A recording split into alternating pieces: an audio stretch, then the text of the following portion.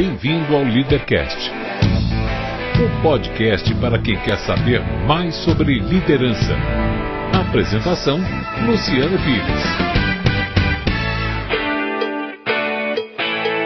Bom dia, boa tarde, boa noite, bem-vindo, bem-vinda a mais um Leadercast, o podcast que trata de liderança e empreendedorismo com gente que faz acontecer. Hoje trazemos Ronaldo Lira, procurador do Ministério Público do Trabalho, uma conversa que mudará a forma como você vê o Ministério Público, mostrando como uma visão humanitária pode fazer com que a mão peluda do Estado impacte de forma positiva nas vidas de todos nós. É um programa fascinante. Este não é um programa de entrevistas, ele não tem perguntas programadas, não tem roteiro definido, é mais um bate-papo informal com gente que faz acontecer, que vai para lugares onde nem eu nem meu convidado imaginamos, e por isso eu não me limito a fazer perguntas, mas eu dou meus pitacos também. Você está entendendo, hein? Isso aqui não é uma entrevista, é um bate-papo. O Leadercast é lançado por temporadas. Os assinantes da Confraria Café Brasil e do Café Brasil Premium têm acesso imediato à temporada completa, assim que ela é lançada. Os não assinantes receberão os programas gratuitamente, um por semana. Para assinar, acesse cafebrasilpremium.com.br. O Leadercast mantém parceria com a WeWork, um ambiente fantástico com espaços de trabalho privados ou compartilhados que ajudam a criar um mundo onde você pode ter uma vida e não apenas um trabalho. A WeWork é um lugar onde você entra como um indivíduo eu, mas se torna parte de um grande nós. www.weworkbr.com. Muito bem, mais um Leadercast. Esse aqui é outro daqueles que eu recebo o meu convidado por indicação de uma ouvinte. No caso foi a Érica Negrão, que manda um e-mail para mim falando: Luciano, tô com uma indicação de um cara interessante, legal, assim, assado. Eu falei, pô, me dá o contato. Chamei e foi rápido, né? A gente não demorou muito não, foi só questão de acertar a agenda. Estamos aqui nesse começo de 2019 aqui, aproveitando esse janeiro absurdamente quente, né? O bicho está sentado na minha frente aqui de paletó, me dá arrepio só de ver o paletó dele. Mas vamos lá, 3 perguntas que são as únicas fundamentais, são as únicas que você não pode chutar no programa. O resto você faz o que quiser, essas 3 não. Seu nome, sua idade e o que é que você faz? Tá. Sou Ronaldo Lira, eu tenho 48 anos, eu sou procurador do Ministério Público do Trabalho. Opa, Ministério Público do Trabalho. Você tem uma admiradora, a Érica Negrão, hein, cara, que, olha, chama o homem aí que o homem sabe das coisas aí, né? Você nasceu onde? Eu sou paulistano, nasci em São Paulo, aqui em São Miguel Paulista. Oh, perto do Coringão, né? Isso, Itaquerão. Itaquerão. Na época não tinha, né? Quando você era moleque lá não tinha, né? Não. Que pena, né? Não. Irmãos na família? Eu tenho mais 2 irmãos e uma irmã. Uhum. O que seu pai e sua mãe faziam, fazem da vida? Então, meu pai é falecido e meu pai é pernambucano. Meus pais são pernambucanos, né? Então meu pai veio muito jovem para São Paulo, meu pai veio trabalhar na construção civil e ficou a vida inteira ele foi trabalhador de construção civil. Sim. E veio como pedreiro, mestre de obras, arquiteto, engenheiro, ele veio como o quê? Ele veio inicialmente com 18 anos, ele era uma pessoa de uma família muito simples, né? Então ele mal sabia ler e escrever. Então ele veio trabalhar de ajudante em construção civil, inicialmente, e aí depois ele foi se alfabetizar, começou a estudar, e aí ele terminou a carreira dele como mestre de obra. Ficou muitos anos de mestre de obra, trabalhou em muitos prédios aqui em São Paulo, né? Sim. Trabalhou, por exemplo, no Terraço Itália, ele foi carpinteiro das escadas do Terraço Itália, loucura, cara. Por exemplo, né? Então ele quando ele faleceu, tinha 40 e tantos anos de construção civil.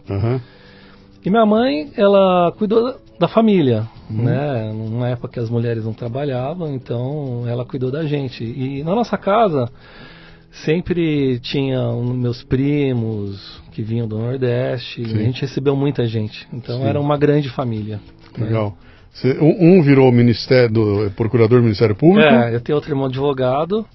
Eu tenho uma irmã farmacêutica e outro irmão corretor de imóveis. Cara, que orgulho pro teu pai, hein, bicho? Com certeza. Quantas vezes ele falou, olha de onde eu vim, cara, que legal. O sonho dele era ter um filho engenheiro civil, né? Mas não conseguiu. Nenhum? Não, mas... Que legal. Isso sina de cada um, escolha de cada pessoa, né? Isso... E não adianta querendo forçar o que seu filho vai ser o que você é, porque a vida é dele, né? Como era teu apelido quando você era criança? A minha avó me chamava de Naldinho. Naldinho? Então tá, Naldinho serve, Naldinho tá bom. O que o Naldinho queria ser quando crescesse, cara? Então, nos anos 70, aqui na capital, nós tínhamos muito menos informação do que uma criança tem hoje, né? Então, basicamente, nós assistíamos televisão e ouvia rádio, né? Então, desde muito cedo eu me interessei por música, né? Eu acho que desde que eu ouvi o primeiro LP do Roberto Carlos, eu fiquei muito encantado com a questão de música, e depois eu ouvi o primeiro LP do Elvis Presley, e aí minha cabeça deu um nó, né? Então eu sempre fui muito focado em música desde criança, né? E logo cedo eu entrei para um colégio lá de São Miguel Paulista chamado Dom Pedro I. E lá um dia um amigo baterista falou assim, vamos montar uma banda? E eu falei, mas eu não toco nada. Ele falou, mas você vai aprender. E aí eu entrei numa escola de violão e daqui a pouquinho a gente já estava tocando Beatles. A gente teve uma banda de Beatles cover, isso da minha 6ª série até a 8ª série, Sim. mais ou menos, né? Sim. E aí eu fiquei muito focado em música. Talvez, se eu tivesse tido oportunidade, eu teria sido um músico, né? Mas nós sabemos as dificuldades dos músicos no Brasil, né? Então, ainda mais para um garoto de periferia, as coisas são mais difíceis ainda, Sim. né? Mas seguir outros caminhos, né? Então, teve um momento em que você teve que decidir de ser alguma coisa na vida, né? Você bateu o olho e falou, bom, eu acho que música talvez não dê. Isso. O que é que tem diante de mim? Que eu vou seguir? Na minha época, nós não tínhamos aquela cobrança de fazer faculdade, ainda mais os garotos da periferia. E eu trabalhei em construção civil junto com meu pai, né? Eu trabalhava em escritório, eu trabalhei com meu pai, trabalhei com meu tio. E, sinceramente, eu não tinha, assim, um sonho de ser um profissional que fez faculdade, não sei. Até que um dia eu estava ouvindo rádio e ouvi falar que aquele era o último dia de inscrição para o vestibular da faculdade em Metropolitanas Unidas, FMU, aqui de São Paulo. E eu tive um insight naquele momento, eu falei, eu poderia fazer uma faculdade, né? E aí conversei com a minha mãe e falei, vou me inscrever. E sem saber que curso eu ia fazer. No meio do caminho, eu falei, pode ser direito, pode ser psicologia, pode ser jornalismo, vou fazer alguma coisa na área de humanas, né? Eu que sempre fui um péssimo aluno de matemática, física, química, falei, não, vai ter que ser por aí. Chegando lá na FMU, fui fazer minha inscrição e aí eu descobri que os cursos de jornalismo e psicologia eram muito longe da minha casa, era na Vila Santo Amaro. Sim. E eu falei, não dá. Eu vou ter que fazer direito mesmo, que aqui na Liberdade, tem metrô na porta, eu consigo ir e voltar de ônibus tranquilamente. Para você que está ouvindo a gente aí em Inanindeua, quem está ouvindo a gente aí em Bauru, quem está ouvindo a gente aí em Teresópolis, tá? Quando ele fala que é longe, ele está falando de São Paulo. Além de ser longe, cara, é um pandemônio para conseguir chegar, porque imagina, cara, você vir de lá do Itaquerão até Santo Amaro, isso é uma viagem impressionante, cara. Se estivesse em Londres, você chegava em 15 minutos, né? Pegava um metrô lá, um subway, estava aqui. Em São Paulo é um pandemônio. Isso ia te custar 1h30, 2 horas só para chegar no lugar. Não, com certeza, né? Então, essa foi uma das razões que me fez decidir naquele instante que é fazer direito. A segunda coisa é que eu gostei muito da faculdade, né? Só uma dica, quer dizer, você escolheu direito porque era perto de casa. Foi esse? Exatamente. Foi esse o conceito. Na minha época, o pessoal do meu bairro fazia a faculdade em Mogi das Cruzes, que tinha o trem dos estudantes, tem até hoje. Então as pessoas iam até a estação de trem de São Miguel e desciam na estação Estudantes lá em Mogi das Cruzes. Mas eu não queria estudar em Mogi das Cruzes, né? Eu queria ficar em São Paulo. E quando eu entrei na faculdade, pela primeira vez na vida, eu pisei numa universidade e vi aquele pessoal com aqueles códigos gigantescos debaixo do braço. O Vademecum debaixo do braço. Eu falei, meio assustador, porque é mais que uma bíblia, né? Um código civil, e eu falei, não, eu vou encarar isso aqui, né? E eu me inscrevi no vestibular e não sei te dizer muito bem, eu fui aprovado sem estudar absolutamente nada, embora eu acredito que a minha redação foi muito boa, porque eu tinha como eu tocava, eu escrevia música, escrevia poesia, então eu tinha uma certa afinidade com literatura e língua portuguesa. Então, para mim foi relativamente fácil e fazer a redação, não me lembro do tema, mas eu acredito que eu fui muito bem. E passei de primeira, sabe? E aí foi muito curioso, né? Meu pai chegar em casa, eu falar para ele assim, pai, eu passei no vestibular de Direito, né? E aí ele me deu parabéns e tudo, e falou assim para mim, eu vou pagar sua matrícula, mas eu não tenho dinheiro para te sustentar e arcar com seus estudos. Eu falei, não. E eu estava desempregado nessa época, né? Então, para mim foi uma coisa assim... Eu acho que assim, ele fez o que ele pôde naquele momento, né? Ele pagou a minha matrícula. Você tinha trabalhado antes já? Já tinha trabalhado. Com que idade você começou a trabalhar? Com 16 anos. Tá. Eu já tinha trabalhado com ele, tinha trabalhado com meu tio, tudo sempre construção civil. E aí, meu tio estava voltando a empreiteira dele e ele me convidou e eu fui, né? E felizmente, minha primeira mensalidade eu já consegui pagar com meu salário. Legal. Eu já estava empregado e eu fiz isso a faculdade inteira, né?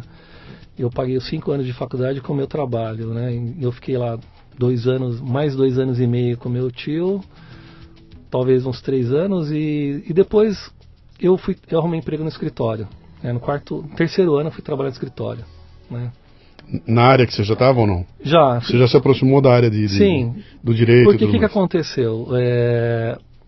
A minha cunhada, a esposa do meu irmão, ela tinha se formado e ela montou um escritório. Né? E ela me chamou para trabalhar com ela. Eu falei, não, tudo bem, eu vou, mas assim, você precisa pagar minha faculdade, você precisa me dar dinheiro para eu pegar ônibus e comer. O resto eu me viro.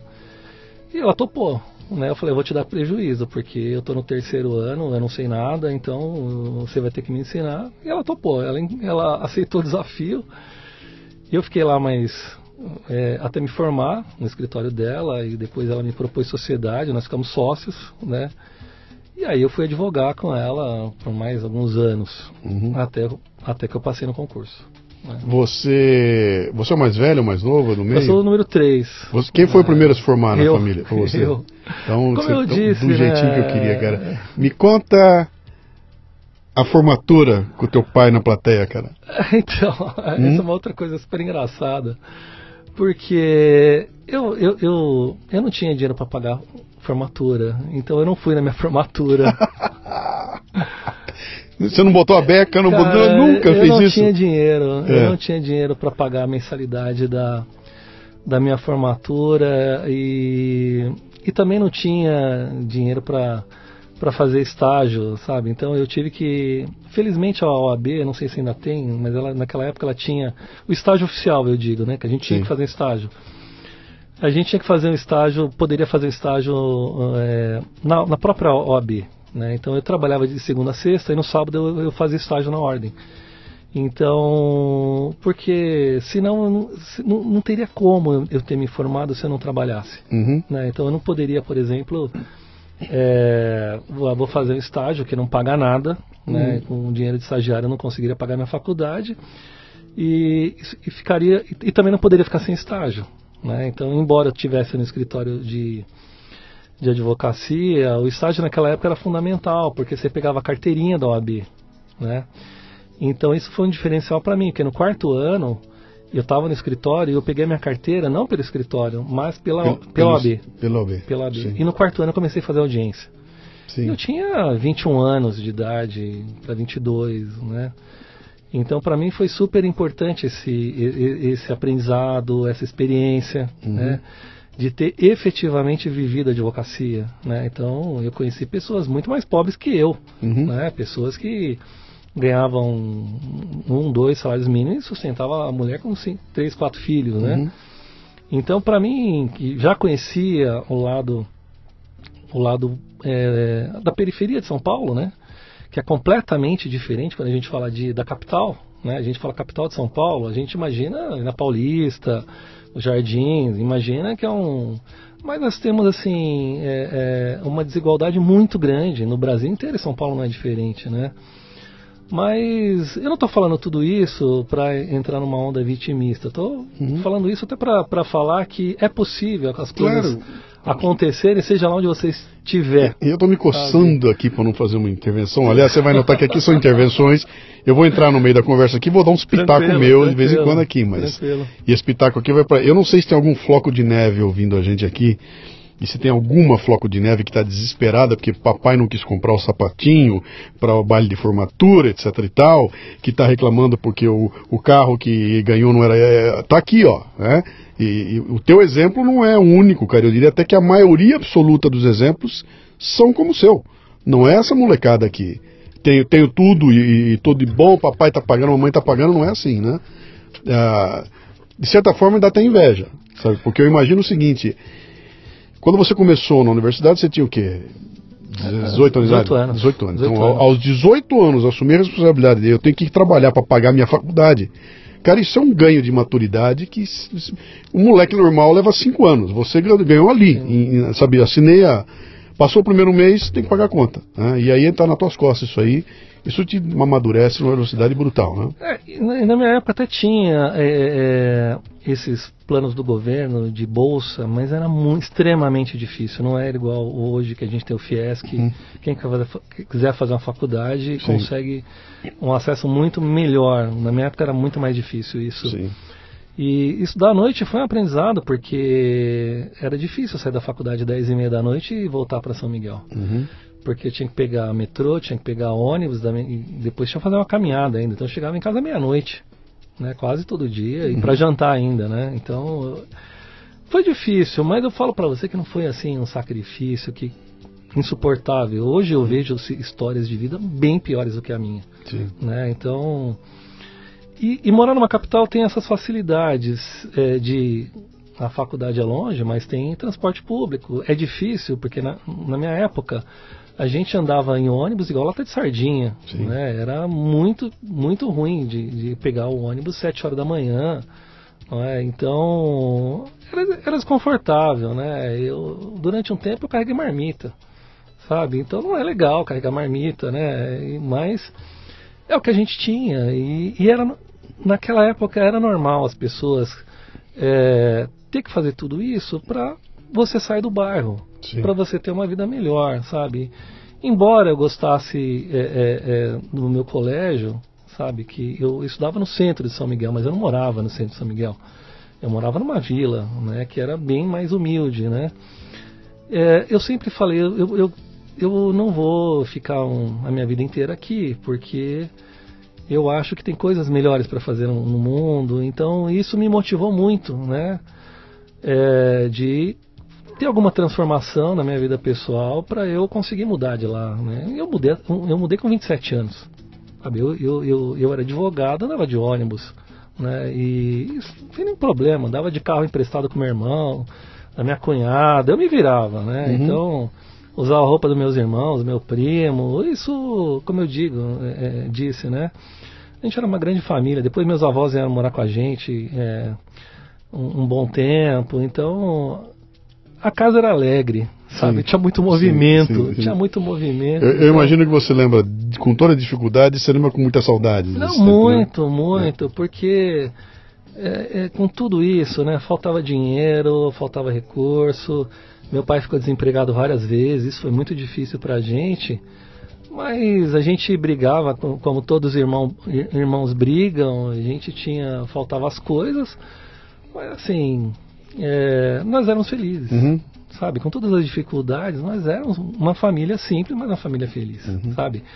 Aquela de esperar o domingo para comer a macarronada, sabe? Então, sabe? De arrumar a casa para receber o tio, sabe? Então, tudo isso é muito prazeroso, né? Então, eu me lembro que a gente tinha a roupa de sair, a roupa disso, daquilo, né? Que hoje as pessoas nem sabem mais o que é isso, né? Então, com esse acesso ao consumo fácil que a gente tem hoje, as pessoas compram 20 camisas, 20 calças, faz um crediário e se vira. Na minha época não era assim. A gente tinha um tênis, 2 calças, né? Sabe? E eu me lembro, quando saiu o All Star, a gente era louco para comprar o All Star, mas eu nunca comprei um All Star para mim.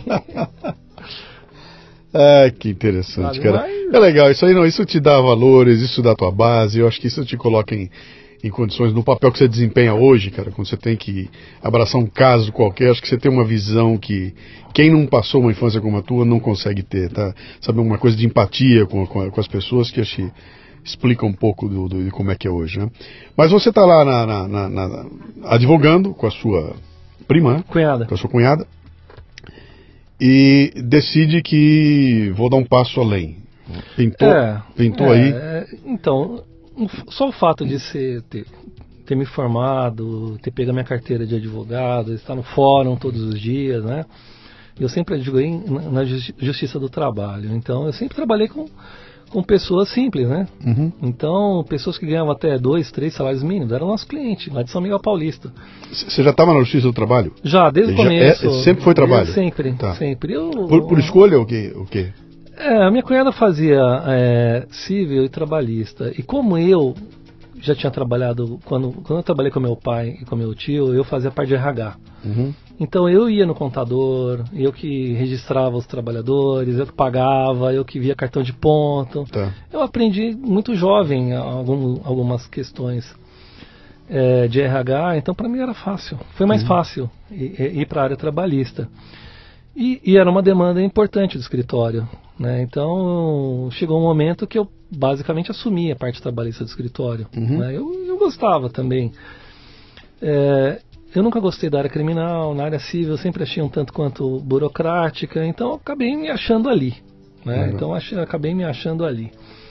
E naquela época a gente não tinha o Fórum Rui Barbosa ali na Barra Funda, então os fóruns eram separados ali na Avenida Ipiranga, na Rio Branco, então Santa Ifigênia, então eu rodava todos aqueles fóruns, aqueles prédios da Justiça do Trabalho de São Paulo, eu vivia todos os dias ali, né? E era um formigueiro de gente, né? Então foi um aprendizado muito grande, né? Mas o que acontece, né? Em um determinado momento eu falei, eu gosto muito de advogar, mas eu acho que eu queria sentar naquela cadeira do juiz, né? Sabe? Então eu comecei a pensar em fazer concurso. Uhum. Sabe, foi aí que eu comecei a estudar, fiz uma pós-graduação, fui fazer, naquela época já tinha cursinho preparatório, né? E aí voltei. Na verdade, logo que eu me formei, eu já identifiquei assim, eu falei, eu preciso continuar estudando, né? Porque eu acho que tem muita coisa, eu saí da faculdade, eu acho que, como todo aluno, né? Você sai com muita deficiência. Não é? Então eu saí da faculdade, eu já emendei uma pós-graduação, já emendei um cursinho, e aí eu fui estudar muito mais, já como advogado, né? E aí comecei a pensar em fazer concurso. E aí começou uma saga, porque naquela época já era tão difícil quanto hoje um concurso de magistratura e de Ministério Público, né? Uhum. Então inicialmente eu comecei a prestar magistratura do trabalho, né? E fiz alguns anos, fiz 1 ano, 2 anos, 3 anos, até que me deram uma luz de falar assim, mas se você gosta da área trabalhista, por que você não vai para o Ministério Público, né? Da trabalhista. E eu não conhecia o que era o Ministério Público do Trabalho. Naquela época falava-se muito pouco e eu falava, não, mas eu nem sei o que esses caras fazem. Eu conheço o juiz aí que julga, que atende as pessoas, que distribui justiça. Até que eu conheci uma pessoa que falou, não, você está enganado, tem uma função, é uma instituição nova, uma instituição que está aí fazendo uma série de coisas importantes, como trabalho escravo, trabalho infantil, uma coisa que você não vai no fórum, mas que eles já estão fazendo, né? E aí eu comecei a pesquisar, naquela época, a internet estava embrionária, né, nos anos 90, então tinha muito pouca informação. Mas aí eu resolvi fazer esse concurso, né? E eu não sei se estava no meu destino, mas eu prestei uma vez só e passei nesse concurso. Eita vida! Pois é. Dá uma pausa antes de você dar continuação aqui. A maioria de quem estava ouvindo a gente aqui não tem a menor ideia do que é Ministério Público. Aliás, virou protagonista, né? Nos últimos 5, 6 anos está na boca do povo. O Ministério Público é o que há, né? Mas muita gente continua não entendendo o que é isso. O que é ele? É um ramo da justiça? Tá debaixo de quem? Como é que funciona? Dá só uma palhinha para a gente para entender como é que onde é que ele está situado. Tá. Até 1988, até a Constituição, o Ministério Público era um órgão do Ministério da Justiça. Uhum. A partir de 88, ele foi desvinculado como instituição autônoma. Então hoje o Ministério Público é como se fosse um quarto poder. Ele é uma instituição que não se reporta a nenhuma outra, a não ser por uma questão orçamentária. Então ele tem independência funcional, independência em todos os sentidos. Sim. Só que ele é mantido pela União Federal, no meu caso, né? O promotor de justiça, o MP do Estado, pelo governo do Estado. Então a única questão é a aprovação da lei orçamentária, que faz ou no parlamento ou nas câmaras estaduais. Fora isso, nós somos independentes. Você sabe por que houve essa separação? Isso foi fundamental, isso aconteceu, foi uma libertação do governo, porque o Ministério Público não é um órgão de governo, é um órgão de Estado. Isso é bem diferente, porque se nós continuássemos sendo o Ministério Público órgão do Ministério da Justiça, nós não teríamos, por exemplo, Operação Lava Jato, nós não teríamos processo contra políticos, porque nós seríamos subordinados aos políticos. Não aos políticos, mas...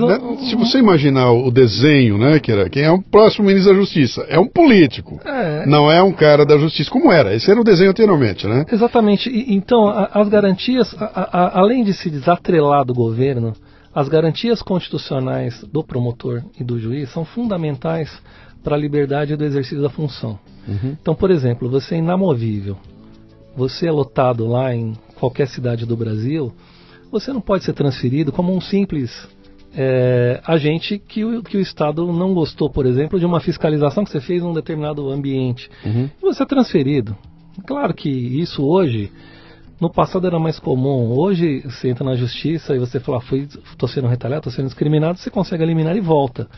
Mas, para um juiz e para um promotor, as prerrogativas constitucionais, que é a inamovibilidade, irredutibilidade de vencimentos, vitaliciedade, fazem com que você trabalhe com independência funcional. Sim. Fala assim, eu processo quem quer que seja. Sim. Quem estiver ferindo a lei, pode ser a presidente da República, pode ser um deputado, um vereador, um prefeito, eu posso processar, sem medo de ser retaliado, porque eu não vou ser. Porque a Constituição me garante isso, né? Então isso fez com que nós tivéssemos um Ministério Público muito mais forte. Entendi.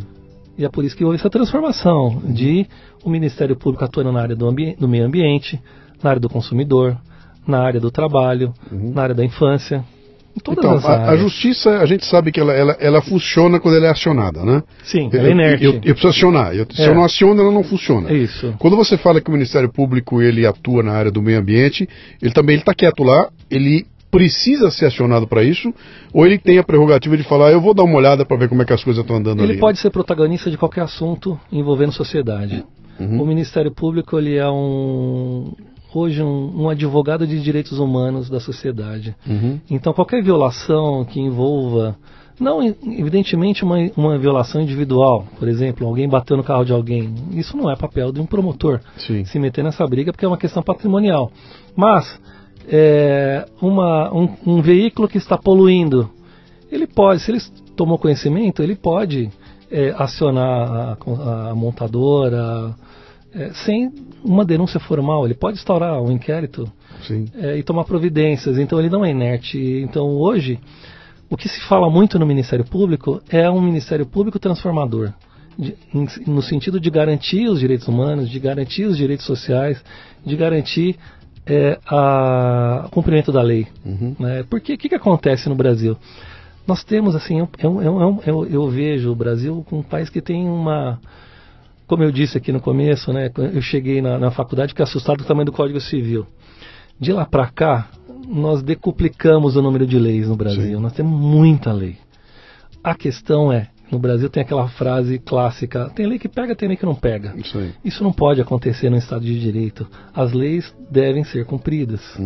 Só que muitas vezes, se não tem fiscalização, se não tem punição, a lei cai no esquecimento. Não é? Então, o que acontece? O Ministério Público é um fiscal da lei. Então, qualquer coisa que esteja em desconformidade com a lei, ele pode agir, ele pode atuar. Né? E agora, a questão o que é mais importante para a sociedade? Um Ministério Público que se envolva nas questões que vai mudar a vida de todo mundo, nas questões coletivas. Nós falamos de direitos transindividuais, meta-individuais, aquilo que não é o direito do do cidadão A ou B. Sim. Salvo, evidentemente, se tratar de algumas questões pontuais, como dos índios, dos idosos, das crianças, aí sim. Por quê? São pessoas que não podem se defender como uma pessoa comum, né, a princípio. Então, as questões coletivas transformaram o Ministério Público. Não só a questão criminal. A criminal a gente vê todo dia nos jornais. Mas a lei de urbanismo, né, imagina o que é São Paulo hoje. Se a gente tivesse um Ministério Público, uma legislação de 50 anos atrás, nós nunca teríamos esse emaranhado, essa selva de pedra que a gente vive aqui, com problema de poluição, de etc, né? E a gente teria um outro meio ambiente, um outro urbanismo, um outro zoneamento, né? Por exemplo, hoje o Ministério Público defende patrimônio cultural, patrimônio histórico. Você sabe que você está falando aí, me ocorreu uma história que um baita amigo meu que morou nos Estados Unidos há um bom tempo, ele morava lá perto de Detroit, uma cidade próxima de Detroit, e ele contou para mim uma história lá que quando eu ouvi, falei, cara, isso é inacreditável. Tinha ali era uma montadora que ficava numa região ali, na entrada de uma das cidades que tinha ali, não me lembro o nome da cidade, Ann Arbor, acho que era, uma coisa assim. E essa montadora, na crise toda, ela quebrou, ela fechou e ficou aquele prédio gigantesco da montadora, né?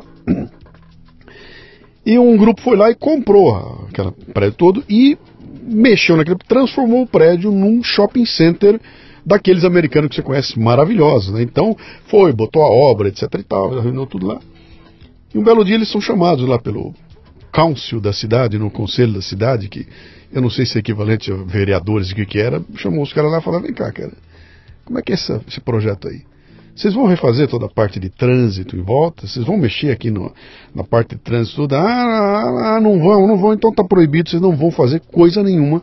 E proibiram os caras de fazer o shopping ali por causa do impacto que aquele shopping causaria na coisa de trânsito, na entrada e saída da cidade lá. E o cara do shopping, eles foram obrigados a transformar aquilo num bloco de residencial, para residência, e por uma pressão que a sociedade fez. Eu ouvi essa história do cara e fiquei tentando imaginar uma situação dessa se repetindo aqui no Brasil, quer dizer, alguém proibindo alguém de construir um empreendimento milionário numa região, simplesmente porque aquilo ia acabar com o trânsito da região, e isso não foi estudado suficientemente, então não vão fazer, e não fez, né? E o cara ficou com o mico na mão, teve que transformar em outra coisa lá, né? Você está contando essa história, eu me lembrando aqui, eu falei, cara, se isso acontecer no Brasil, eu devo recorrer a alguém. E esse alguém, acho que aqui nós temos seria o Ministério Público, né? Sim. Ele é que vai chegar e falar, opa... Hoje o Ministério Público está super especializado. Sim. Em qualquer matéria que você imaginar, questão portuária, questão da infância, questão do meio ambiente, questão de economia, então... Eu como indivíduo, um cidadão, eu posso acionar o Ministério Público? Sim. Hoje, através dos sites do Ministério Público Estadual, do Federal e do Trabalho, você pode conversar com a instituição, pode fazer denúncia, tem uma série de questões, né, que... É até bom, até falo para as pessoas conhecerem os sites dos Ministérios Públicos para entender o que a gente faz. Sim. Né? Porque as pessoas ainda não conhecem. Historicamente, todo mundo sabe o que é o promotor de justiça. Sim. Né? Porque, historicamente, os promotores de justiça fizeram a questão criminal. Mas não se limita a isso. Hoje, a questão da tutela coletiva, a questão das questões meta-individuais que... Não, até porque nunca foi explicitado para a população quando você falou daquela transição que houve na Constituição, né, que houve uma mudança, se criou aquele outro órgão, mas ele nunca foi desvinculado. Para mim que estou olhando de fora, que não conheço nada do assunto, eu olho aquilo, vejo uma Raquel Dodge sentada em vários lugares lá, falo, cara, o que apita essa mulher? Quem que é o chefe dela, né? O que ela está se metendo aí? Por que ela está lá? Por que ela está aqui? O que ela faz, né? Será que ela pode contrapor esse juiz que está aí? E a gente não consegue entender muito bem onde é que se encaixa essa coisa. E com o lance todo da Lava Jato, é que surgiu aquela ideia para o brasileiro comum de que, cara, tem um povo aí que é porreta, né? Mas onde é que esses caras estão, né? Quem é que manda neles? Isso não está muito esclarecido ainda. Acho até por isso que a gente até não se aciona tanto quanto deveria, né? Pode ser. Mas hoje há uma proximidade muito grande promotores e procuradores, da sociedade, porque hoje nós fazemos audiências públicas, hoje nós fazemos campanhas, nós interferimos em várias questões, né? E eu digo isso, né, que talvez tudo isso esteja acontecendo por um momento histórico no Brasil. Sim. Porque numa sociedade com associações fortes, o Ministério Público não precisa ser tão forte e ter tanta interferência. Porque a maioria dessas questões poderiam estar sendo resolvidas ou acionadas pela própria sociedade, através de ONGs, associações. Mas ainda nós não temos isso muito estabelecido e muito fortalecido, muito respeitado. E para isso fica ainda um papel muito intervencionista do Ministério Público. Eu acho que é um momento que nós estamos vivendo, um momento de transição, talvez um momento que vai passar um dia, talvez amenizar um dia essa questão do MP estar envolvido em tantas questões de uma forma tão intensa. Porque muitas pessoas falam assim, vocês são os chatos. Porque a pessoa vai fazer um empreendimento e aí vem o promotor do meio ambiente. E daqui a pouco vem o promotor do trabalho, vê a questão dos acidentes de trabalho. Enfim, há uma ingerência de certa forma na organização da sociedade. Mas é porque nós crescemos como um país continental de uma forma desordenada. Sim. É impossível hoje a gente falar assim, vamos abolir as leis ambientais, vamos deixar todo mundo cortar árvore para fazer empreendimento ou criar boi, por exemplo. Nós vamos pagar um preço alto isso, né? E não apenas um preço interno da questão ambiental, mas um preço internacional. Porque hoje o mundo, no sentido de comercial, não tem fronteiras. Sim. Então hoje na Europa, as pessoas vão comprar um produto do Brasil, eles querem saber se tem mão de obra infantil, ou mão de obra escrava, ou desmatamento envolvido. Porque se tiver, eles boicotam. Então não adianta a gente falar assim, eu tenho soberania estatal, eu vou fazer o que eu quiser no Brasil. Nós vamos pagar um preço, como alguns países pagam. Sim. Sabe? De ter essa soberania, ignorando o resto do mundo. Né? Hoje não podemos pensar assim. Sim. Porque nós somos cobrados. E isso aconteceu no Brasil com a libertação dos escravos. O Brasil foi um dos últimos países a abolir a escravatura por uma pressão internacional. Não foi porque a princesa Isabel acordou um dia falou, viva, vou assinar a Lei Áurea. Sabe, foi uma pressão. Né? E era um momento político, histórico, que não tinha mais razão de ser, de manter um ser humano como uma coisa, como propriedade que você podia vender ou matar se você quisesse, né? Então isso foi uma pressão internacional. Vamos voltar lá atrás agora, no teu momento, você presta o concurso e... Fui aprovado nesse concurso federal, né, e fui alocado em Campinas, né? Então eu fui para lá em 90... Ministério Público do Trabalho de Campinas. Isso. Tá. E eu poderia ter voltado para São Paulo no ano seguinte, se eu quisesse. Mas o que aconteceu? Eu gostei muito do interior. Eu não conhecia o interior. Nada, absolutamente nada. Eu conhecia o Grande São Paulo e Litoral, mas eu achei assim, o interior de São Paulo uma experiência muito rica, no sentido de conhecer o que é o trabalho rural. Né, que eu não tinha experiência. Conhecer o... Que ano era? Que ano foi 98. Isso? Você ainda cortava punha fogo na cana. Botava fogo na cana ainda, né? Corte de cana até o ano passado tava... O bicho tava pegando ainda. Até hoje tem corte de cana, tem queima da palha da cana no interior de São Paulo. Sim. Embora hoje tenha a legislação ambiental, tem alguns compromissos. Mas eu fui no momento que a laranja estava muito forte no interior de São Paulo, a cana veio depois, assim, com essa grandiosidade, com as grandes usinas, né? Sim. Com essa potência, quis dizer. Mas assim, foi uma experiência muito rica para mim. Só que, né, como eu trabalho num órgão federal, numa instituição federal, eu não fiquei preso em Campinas ou no interior de São Paulo. Porque nós temos coordenadorias, nós temos grupos de trabalho, então desde muito cedo eu comecei a Brasília. E comecei a me envolver em grupos de trabalho, em projetos, e tudo aquilo foi me encantando, né? Então, aí eu comecei a descobrir efetivamente o que é a instituição. e o que a gente tinha desafio. E eu peguei uma instituição, cheguei no momento da instituição que a gente tinha tudo por fazer. Porque historicamente, a minha instituição, ela fazia um trabalho de parecer nos processos nos tribunais. A gente não tinha ainda começado a fazer investigações. Quando eu cheguei, muito pouco. Nós tínhamos já alguns insights de trabalho infantil, trabalho escravo, de fraudes, mas tinha um universo para fazer. E eu participei desse processo. Eu participei ativamente com muitos colegas brilhantes, que eu aprendi muito, e também depois eu virei protagonista de uma série de ações, uma série de questões que a gente replicou no país inteiro.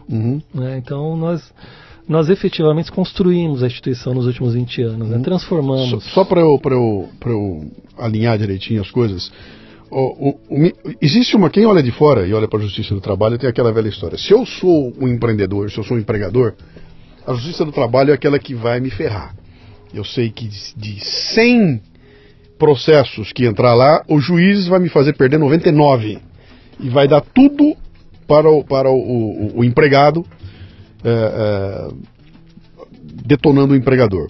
Essa é a imagem que se construiu ao longo do tempo e é assim que se fala sempre. Olha, tanto que o Brasil é o campeão mundial de muito longe, né? Não existe outro país no mundo que tenha tanto processo na Justiça do Trabalho como o Brasil tem, que provoca até saída de algumas empresas. O Citibank foi embora daqui agora porque falou, cara, não vale a pena eu ficar aí com tanto processo. Mas não é o Ministério Público que é o que dá a sentença, não é ele que está ali da sentença. Se eu não entendi, ele investiga, ele junta as provas, ele prepara isso tudo, entrega na mão do juiz e fala, é isso que está acontecendo. O senhor agora tome a decisão que achar que é conveniente. Está certo essa minha visão?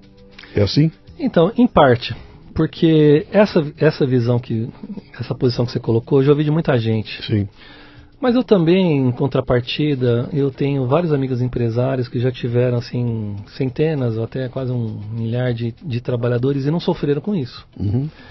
Então, se a questão da litigiosidade no Brasil tem aumentado cada vez mais, né? Por outro lado, nós não somos uma indústria de indenização como nos Estados Unidos, que você escorrega numa calçada e ganha lá $1 milhão. Né? Isso não existe no Brasil, em primeiro lugar. Em segundo lugar, em especial no direito do trabalho, há um índice de descumprimento da lei muito grande. Se a gente entrar no fórum hoje, o que tem de empresa que faliu e não pagou 1.000, 2.000, 3.000 funcionários é muito grande. Se os trabalhadores não entrarem na justiça, eles não vão receber nada, nunca, não é? E desde a minha época da advocacia, eu já tinha experimentado isso como advogado, de atender assim 50, 60 trabalhadores que foram demitidos e não receberam nada porque a empresa quebrou. E aí, obrigatoriamente, todo mundo tem que entrar na justiça, não é? Mas, essa questão que você falou, mas se 99% entra, ganha, isso não é bem verdade, porque se a gente for fazer estatisticamente, há um índice de trabalhadores que perderam as ações. E perderam as ações por vários motivos. Às vezes ele até pode ter direito e não fez a prova muito boa, e aí ele perde. Né? E muitas vezes pode acontecer de ter um certo exagero dos advogados de engordar a ação. Então, às vezes o trabalhador chega lá e fala, eu fazia 2 horas extras por dia e não recebia. E ele fala que o cara fazia 5, sabe? Existe isso, sabe? E aí o que acontece? Vamos supor, o empregador pega e falta na audiência, ele é revel. O juiz vai falar o quê? O cara não se defendeu, eu vou ter aquilo como verdade. E condena aquela pessoa a pagar 5 horas extras por dia, por exemplo. E aí chega a conta para ele pagar, uma conta astronômica, ele fala, mas eu não devo isso. Fala, mas você não se defendeu. Ou não se defendeu bem, muitas vezes. Porque todo mundo tem direito de defesa. Né? Agora, nós tivemos recentemente uma reforma trabalhista.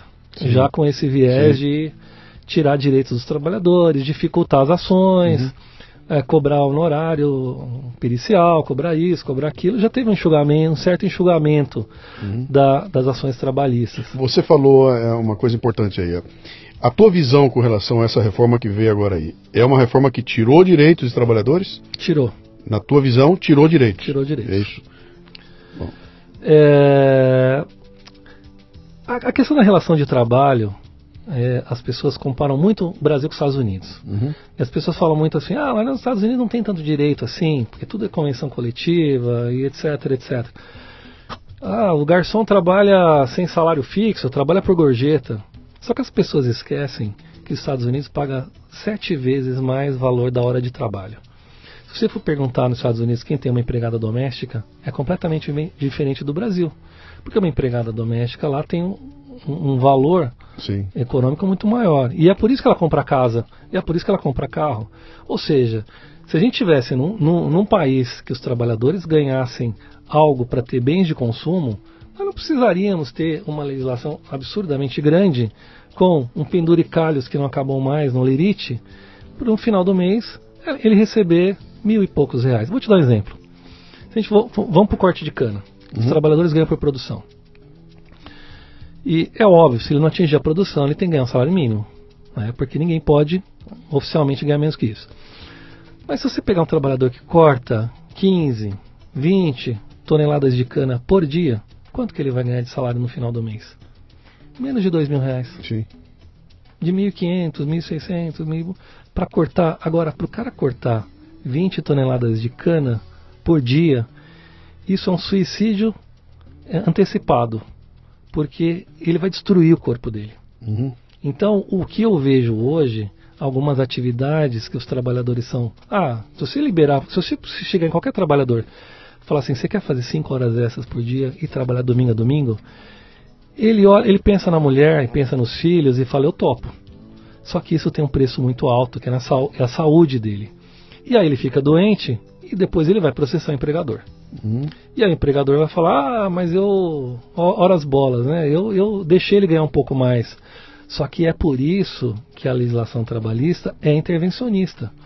Porque se você chegar no hospital e o médico falar para você assim, eu vou operar tua filha agora, de emergência, mas eu estou no ar há 40 horas, você não vai deixar. Sabe? Então essa ingerência do Estado é importante para que os trabalhadores não adoeçam e para que os trabalhadores não se acidentem ou então façam mau serviço. Porque no final das contas, quem vai pagar isso somos nós. Porque ele vai ficar doente e vai para a Previdência. Um caminhoneiro tomando rebite pois é. E dirigindo por 72 horas. Imagine, um caminhoneiro, um carreteiro que pega esses bitrem aí, ou de, sei lá, 30, 40 metros de comprimento, pega uma estrada, e aí você dá meta para ele, fala, quanto mais rápido você entregar, mais você vai ganhar, e mais etc. Ele vai que nem louco, né? Ele vai tomando água, vai tomando a rebite, e hoje o caminhoneiro, ele não só usa a rebite, ele usa cocaína. E ele vai, até a hora que ele apaga e passa por cima de uma família na rodovia, né? Ele destrói a vida dele e destrói a vida de uma família. E aí, qual é o tamanho desse prejuízo para a sociedade? Sabe? Então, nesse caso, é importante o Estado intervir. Não é importante a gente falar assim, vamos criar um Estado, um modelo liberal de relação de trabalho, porque um vai engolir o outro. Porque se você falar para o caminhoneiro, roda 70 horas, ele é capaz de topar, pelo dinheiro. Só que isso não vai ter um custo alto para a sociedade, para a saúde dele, para a nossa segurança.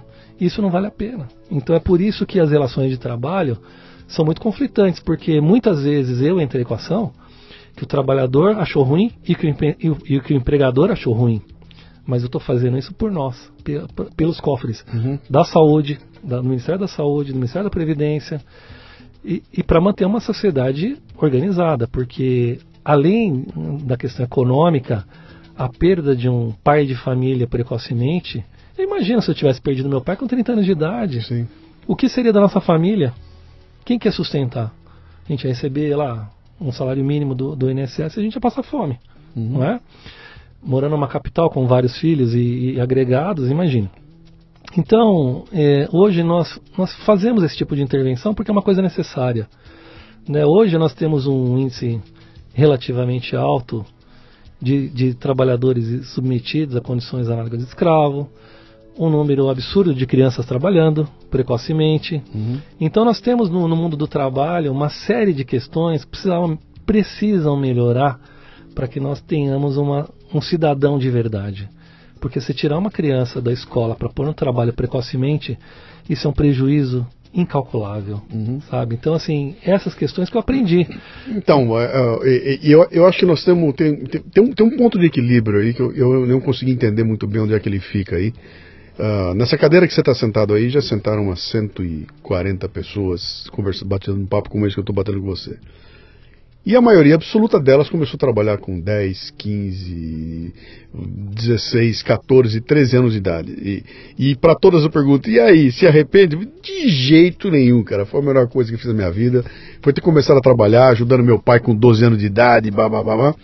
Uma coisa que foi proibida. Quer dizer, hoje se eu botar um moleque de 12 anos para trabalhar, eu vou arrumar uma confusão sem tamanho, né? E eles trazem aquilo como que grande lição foi para mim ter trabalhado. Então, por um lado, existe o excesso de famílias que exploram as crianças e fazem isso, tiram da escola para botar para trabalhar, para fazer renda, e de outro lado tem aquele lance de eu não posso mais compartilhar a responsabilidade com meu filho de 12 anos, que para me ajudar aqui eu não estou explorando, pelo contrário, eu estou botando ele junto comigo, ele continua estudando, está lá normal. E eu te falo isso porque eu vi acontecer em alguns momentos, eu trabalhei durante muito tempo na indústria automobilística, e a gente tinha programas lá que usavam os garotos, que vinha a molecada para fazer aqueles programas de guarda-mirim, de training, alguma coisa assim. E um belo disso foi tudo proibido, não pode mais, a molecada não podia mais, né? Olha, se criou tanta barreira que ficou economicamente inviável fazer. E a gente perdeu um projeto que nós tínhamos maravilhoso, que tinha uma molecada que amava aquilo lá, né? E se perdeu aquilo tudo.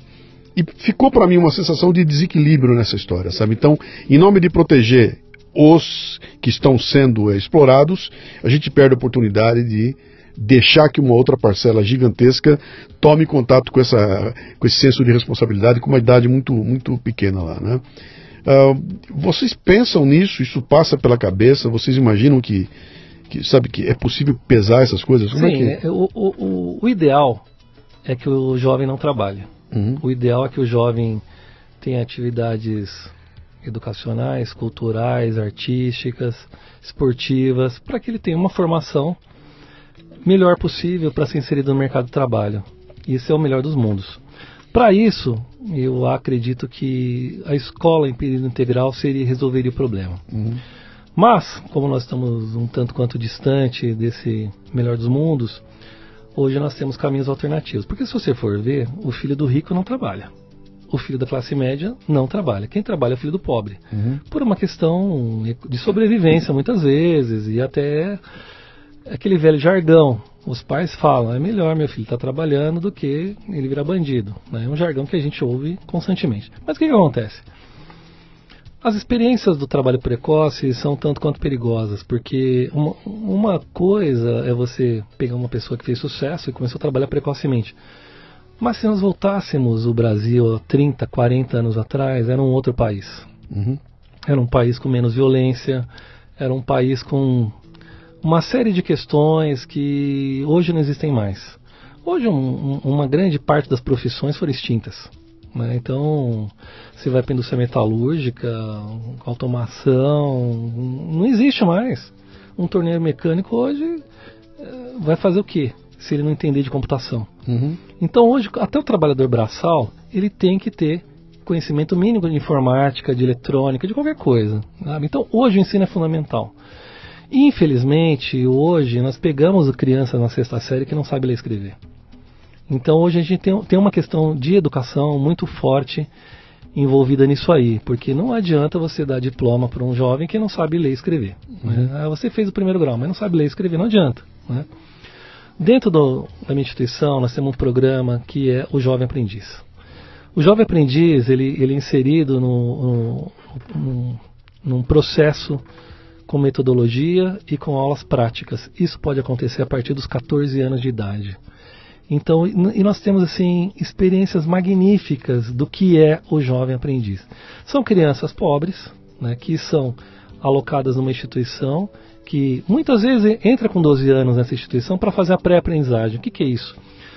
Você vai aprender de tudo que você possa imaginar numa instituição que faz pré-aprendizagem. Você vai aprender a conversar, se expor numa entrevista, vai aprender o que é mundo, o que é um reforço escolar, muitas vezes, atividades artísticas, ou seja, tem uma série de questões que vai te melhorar como ser humano. Você falou que isso está dentro do Ministério dentro do Ministério Público? É um dos nossos programas. E é um programa. E essa instituição, ela está ligada a vocês de alguma forma? Então, o programa do Jovem Aprendiz está na lei. Né? Okay, então está previsto na CLT. Sim. E nós apenas implementamos junto com a fiscalização do trabalho, que é o extinto Ministério do Trabalho, né? E esse é um programa que nós todos os anos nós fazemos audiências públicas, nós notificamos empresas, falamos assim, você precisa contratar o jovem aprendiz. Uhum. Então hoje as empresas têm que contratar uma cota de 5 a 15% de aprendizes. Cara, eu estou tão por fora, eu não tinha a menor ideia que esse programa estava dentro do Ministério. Nós executamos. Sim. Nós executamos, Sim. né? Então, por exemplo, o Sistema S hoje é um dos grandes fomentadores, executores do programa da aprendizagem. Uhum. Né? Então, ela faz uma série de cursos e inserções em empresas. E esse jovem fica lá dos 14 a 16 anos e muitas vezes 16 anos ele é contratado como empregado, ou não. Se ele não for contratado, ele vai sair com certificado de que ele fez um curso A ou B. Né? Isso aí é um paliativo. Como eu disse, ainda acho que a escola em período integral, uma escola de qualidade, com atividades culturais, artísticas, seria muito melhor do que ser inserido precocemente no mercado de trabalho. Por isso que eu digo, o jovem aprendiz é um paliativo. Então, na sociedade que nós vivemos hoje, é importante, sabe? E nós temos cobrado. Então, por exemplo, hoje no Brasil nós temos 400 mil jovens aprendizes. Sim. Pelo CAGED, que é o sistema lá geral do Ministério do Trabalho, nós temos um potencial de contratar 1 milhão de jovens aprendizes. Então a nossa grande pergunta é, mas se nós temos um déficit de 600 mil jovens para ser contratados, por que nós exploramos 3 milhões de crianças e adolescentes no trabalho informal? Sabe? Então a gente poderia converter isso. Fala assim, se você que explora a mão de obra infantil, contrata ele formalmente, através do Sistema S, através de uma entidade formadora. Hoje as guardas mirins se transformaram em programas de aprendizagem. Tem várias no país. Algumas foram extintas, muitas foram extintas. Sim. Outras se adaptaram à lei e fazem programa da aprendizagem.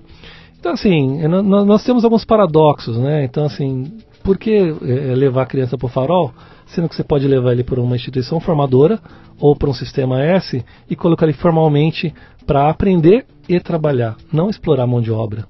Né? Então, porque se você coloca um menino de 14 anos, ele fica 2 anos aprendendo e a gente nem fala trabalhando, sim, mas executando atividade prática. Leva algum dinheiro para casa? Leva um dinheiro para casa. Sim. Ele recebe. Sim. Isso é notado. Sim. Não é? A gente precisava melhorar isso. Porque para esse jovem vai fazer a diferença. Porque hoje, como você falou, tem muitos diretores de empresas no Brasil que começaram como guarda-mirim. Sim. O guarda-mirim hoje é o jovem aprendiz. Então, assim, nós não somos contra a aprendizagem, mas eu não vejo ela como o melhor dos mundos. Por quê? Porque ela é destinada hoje para a classe baixa. Porque é um paliativo para a criança não estar na rua, não estar sendo aliciado por narcotráfico, para exploração sexual, que nós temos muito. Sim. Né? Hoje, infelizmente, o narcotráfico se espalhou em todas as cidades brasileiras e os jovens estão ali trabalhando. Estão trabalhando. O aviãozinho do tráfico está trabalhando. É trabalho. Sim. É trabalho. Ele está trabalhando, porque ele leva dinheiro para casa, ele compra comida, compra tênis, celular, com dinheiro que ele recebe do traficante, sabe? E aí a pergunta é, qual vai ser o futuro desse menino? Sabe? Então, esse é um trabalho perverso. Esse é um trabalho que nós não queremos, nenhum de nós queremos. E aí eu te pergunto, como é que nós tiramos esse menino dali? Sim. É um desafio. Né? Hoje nós estamos levando o programa do Jovem Aprendiz para a Fundação Casa. Porque se nós não fizermos nada por esses meninos, pode acontecer, no dia dele sair, o traficante está esperando ele na porta e acolher ele como um pai. Sabe? Então, essa sociedade paralela que nós temos é a ausência do Estado. Muitas vezes, essa pessoa que está lá numa comunidade, ele acolhe as pessoas, ele dá comida, dá proteção. Sim. É um Estado paralelo. Sim. Sabe? A ausência do Estado que promove tudo isso. Então, assim, como é que a gente vai organizar a sociedade sabendo que tem um Frankenstein convivendo conosco, né? Então, assim, se a gente efetivamente quer olhar para o Brasil como um país próprio, com cidadãos. Cidadãos, eu digo assim, pessoas esclarecidas, que têm profissão, não trabalham, né? Porque trabalho qualquer um executa. Tem que ter profissão, tem que ter emprego, porque isso gera prosperidade, isso gera crescimento, né? E olhe para os países que transformaram o mundo com educação, como a Coreia do Sul, por exemplo, os países nórdicos, que eram pobres alguns anos atrás. Que tem uma visão de longo prazo, que não muda a cada troca de presidente, que sabe, tem uma outra, tem um mindset que é totalmente diferente do nosso aqui, e que é uma coisa que chega a ser até cultural, né? Na dica que eu recebi para chamar você aqui, havia lá, a única coisa que eu li lá dentro, fala com ele porque ele é protagonista de um dos maiores processos trabalhistas do país, e ele é que conduziu esse processo. Você pode falar disso? Claro. Na verdade, eu fui um dos colegas, um dos procuradores que participou desse processo, né? Então, nós tivemos uma contaminação ambiental lá em Paulínia, né? E aí os colegas que me antecederam processaram a empresa, tocaram esse processo. Foi aquele derramamento? Não foi um derramamento, foi uma contaminação de solo, não era uma coisa de solo? Teve contaminação do lençol freático, das chácaras, dos trabalhadores. Que era uma empresa antiga que depois foi comprada, teve uma coisa assim, que tinha um passivo gigantesco de contaminação. Eu me lembro vagamente a própria empresa fez autodenúncia, né? Quando ela foi vendida, elas comunicaram que eles tinham contaminado o meio ambiente. Sim. Né? E por consequência os trabalhadores também. Então tem uma colega, a Clarissa, que entrou com essa ação, né? Isso tramitou em Paulínia, depois foi para o Tribunal de Campinas, depois foi para Brasília, né? Foi um processo um tanto quanto complexo, um tanto quanto desgastante, foi um embate jurídico de grande porte, né? Então durou 8 anos esse processo. Até então não tinha entrado nesse processo, entrei depois. E vários colegas participaram, e vários escritórios de advocacia, então envolveu muito dinheiro.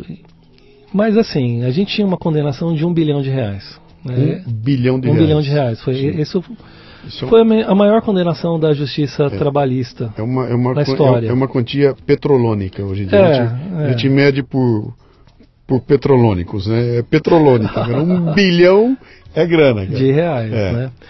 Mas isso aconteceu, aí eu falo para você, a justiça do trabalho foi extremamente corajosa e justa nesse caso. Porque nós estamos falando de uma contaminação que, segundo os sindicatos e a Associação dos Trabalhadores, ceifaram a vida de 60 pessoas. 60 trabalhadores se contaminaram e morreram em decorrência disso. Sim. E uma série de outros trabalhadores adoeceram. E nós não sabemos o que vai acontecer no futuro com aqueles que hoje aparecem contaminados. Alguns não, mas ainda vão aparecer. Sim. Né? Porque a contaminação ambiental, às vezes ela aparece 20 anos depois. Né? E era uma multinacional, então foi uma condenação, talvez não estilo Estados Unidos, porque talvez esse caso lá nos Estados Unidos seria muito maior. Sim. Não é? Mas foi uma condenação importante para nós, foi uma condenação justa, num processo desafiador. Mas o que aconteceu? Antes do julgamento em Brasília, foi feito um acordo. Um acordo em que a empresa se comprometeu a indenizar os trabalhadores, a pagar planos de saúde para os trabalhadores e para seus familiares, porque há notícia de filhos que tiveram problema por causa da contaminação do pai, porque isso faz alteração do DNA, né, muitas vezes, enfim. Então ela assumiu esses compromissos de indenizar os trabalhadores, de pagar planos de saúde e, como houve um prejuízo para os cofres públicos, porque a saúde pública tratou muita gente, a Previdência paga pensão para muita gente, houve o compromisso de pagar para o Ministério Público executar R$200 milhões.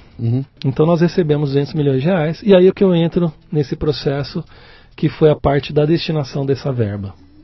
Sim. Então, a partir desse instante, como foi uma coisa inovadora para nós falamos, vamos montar uma comissão, porque é muita responsabilidade. Antes de você tocar nesse tema, de onde parte a proposta de um acordo que interrompe o processo. O processo não chega até o final, ele para na hora que o acordo é estabelecido. De onde vem a proposta? Uma das questões, assim, no processo, e em especial no processo trabalhista, é a conciliação. Uhum. Então os juízes, eles primam pela conciliação, porque um julgamento sempre vai deixar alguém infeliz. Sim. Né? Então aquele velho jargão, né? Melhor um mau acordo do que uma boa demanda. Isso é uma meia-verdade. Porque eu, enquanto membro do Ministério Público, eu não posso fazer mau acordo.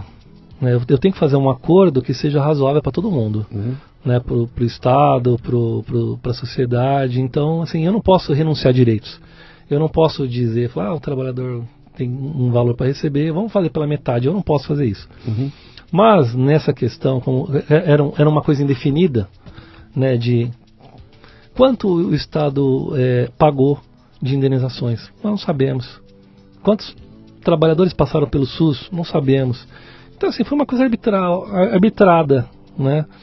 Então, a empresa teve interesse, o ministro, na época, colocou em audiência, falou, vamos conciliar, vamos resolver isso. E depois de muita conversa, chegaram a essa proposição, dessa conciliação, que, a meu ver, foi assim, resolutiva. Sabe, não vai ter nem para um lado nem para o outro, ninguém ganhou ou perdeu, né? Não resolvemos o problema. E é isso que nós temos que fazer no Brasil, resolver os problemas. Uhum. Nós, recentemente, julgaram uma causa da época do Império, não é? Uma causa aí da família. Da família que era proprietária do palácio lá. Entendeu? Sim. Então assim, não dá. Sim. Justiça tardia não é justiça. Não é justiça, exatamente. Sabe? Então nós precisamos resolver. Então eu sempre fui muito resolutivo também. Uhum. Então um paralelo do que você está falando aí está acontecendo agora com a Samarco, né? Com o caso da Samarco. Sim. É uma coisa nesse mesmo sentido, quer dizer,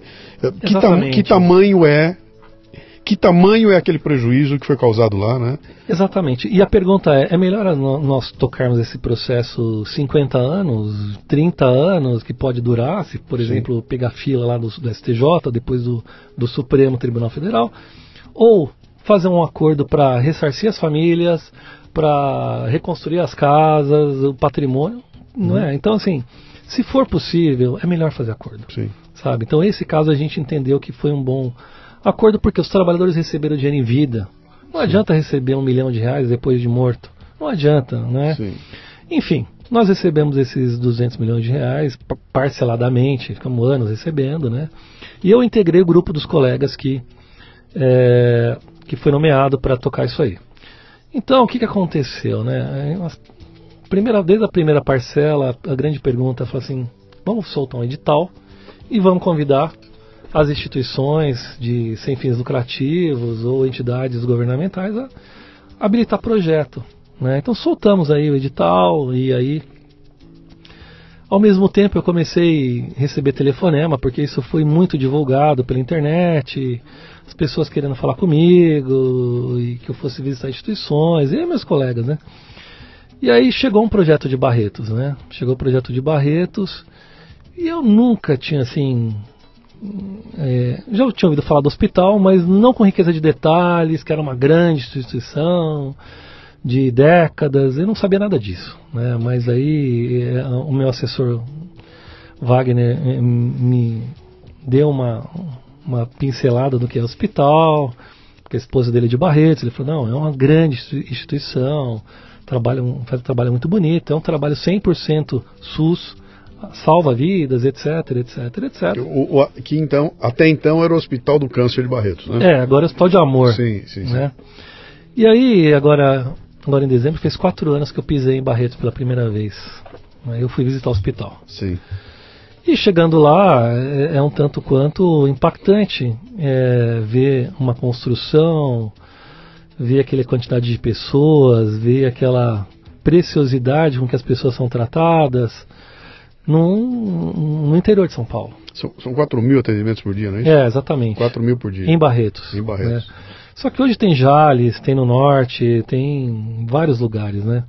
E aí Barretos queria dar um upgrade na pesquisa, né? Eles têm 3 eixos de atuação, de pesquisa, prevenção e tratamento. É um hospital completo no sentido de saúde, porque não adianta você só tratar, não adianta só prevenir ou só pesquisar. Eles fazem os 3 eixos. E aí eles queriam muito fazer aí a questão de um prédio de pesquisa, né? E colocar dinheiro em pesquisa e fazer outras coisas. Eu gostei muito do projeto, gostei muito do que eu vi lá, mas nós tínhamos aquele dever moral de prestigiar a nossa região. Porque foi ali a contaminação. O dano foi em Paulínia, que é do lado de Campinas. Os trabalhadores ficaram a vida inteira interagindo com os nossos colegas procuradores, nas nossas portas. Então, eu fiquei muito em dúvida desse projeto, e até que nesse dia eu conheci o Henrique Prata, que é o presidente lá da instituição, e eu conversei com ele e falei: olha, parabéns, a instituição é muito bacana, vou analisar o projeto, vamos ver o que a gente pode fazer. É uma comissão, não depende de mim. E vim embora com minha cabeça em parafusos, né? Porque eu voltei falando assim para mim mesmo: eu encontrei a instituição, né? Eu encontrei a instituição que era uma dúvida muito grande. O que nós vamos fazer com isso? Nós vamos espalhar esse dinheiro para 200 instituições, ou nós vamos concentrar isso em meia dúzia e fazer grandes projetos, né? E se a resposta fosse a segunda, grandes projetos com quem? Com quem hoje no Brasil você tem confiança de fazer um depósito de 50 milhões de reais na conta, sabendo que aquilo lá vai efetivamente acontecer, não é?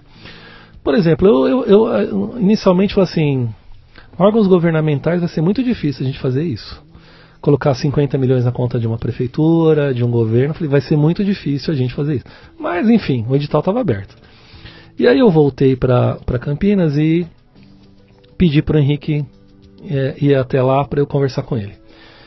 E o Henrique me falou uma frase muito importante que me tocou muito no dia. Eu fiquei muito assim, até me perguntei, né? Falei, será que ele não fala isso para todo mundo, né? Porque ele nem sabia o que era Ministério Público do Trabalho, né? Então ele olhou para mim e falou assim: olha, eu tô aqui há 30 anos, eu nunca recebi um promotor, um procurador aqui no hospital. Então, para mim, você veio de Campinas aqui conhecer a gente. Então, assim, se você veio aqui é porque certamente Deus tem uma missão para mim e para você. E aquilo foi um misto de sentimento, né? Eu, como promotor de justiça, eu falei para mim mesmo, falei, não, ele deve falar isso para todo mundo. Mas como ser humano, eu falei assim, nossa, isso é muito forte, porque nunca ninguém falou isso para mim, né? Então, Você é religioso? Sim. Praticante? Não, eu tenho espiritualidade, tá, né? Então, eu nem levei por esse lado de falar assim, é uma mensagem, alguma coisa. Sim. Mas ao mesmo tempo, eu não pude não tinha como não ser tocado de ser uma palavra muito forte, né? Porque imagina você falar assim, Deus tem a missão para nós dois. Isso é uma coisa extraordinária. Mas como técnico, né? E depois ele escreveu isso num livro, no segundo livro dele, Como Foi o Nosso Encontro. Eu voltei assim com a obrigação de ser a pessoa mais imparcial do mundo. Falei, não é porque eu gostei do hospital que eu vou fazer projeto com ele, né? Eu tenho que prestigiar os trabalhadores, a sociedade, tudo. E convidei o Henrique para me visitar. Falei, Henrique, quando ele foi com o filho dele, o Henrique Filho, e nós sentamos e conversamos, e falei assim, olha, eu adorei o hospital, achei extraordinário, mas o projeto não é esse. Eu não posso colocar quase 70 milhões de reais que vocês querem em Barretos. O projeto não é esse. Aí ele vira para mim e fala assim, vamos construir um hospital em Campinas. Aí eu falei, você está falando sério? Ele falou, vamos construir um hospital de câncer em Campinas. Eu falei, se for verdade isso, você pode me mandar o projeto, que eu vou trabalhar com os meus colegas e vou defender, porque se a gente colocar uma semente de Barretos em Campinas vai ser maravilhoso.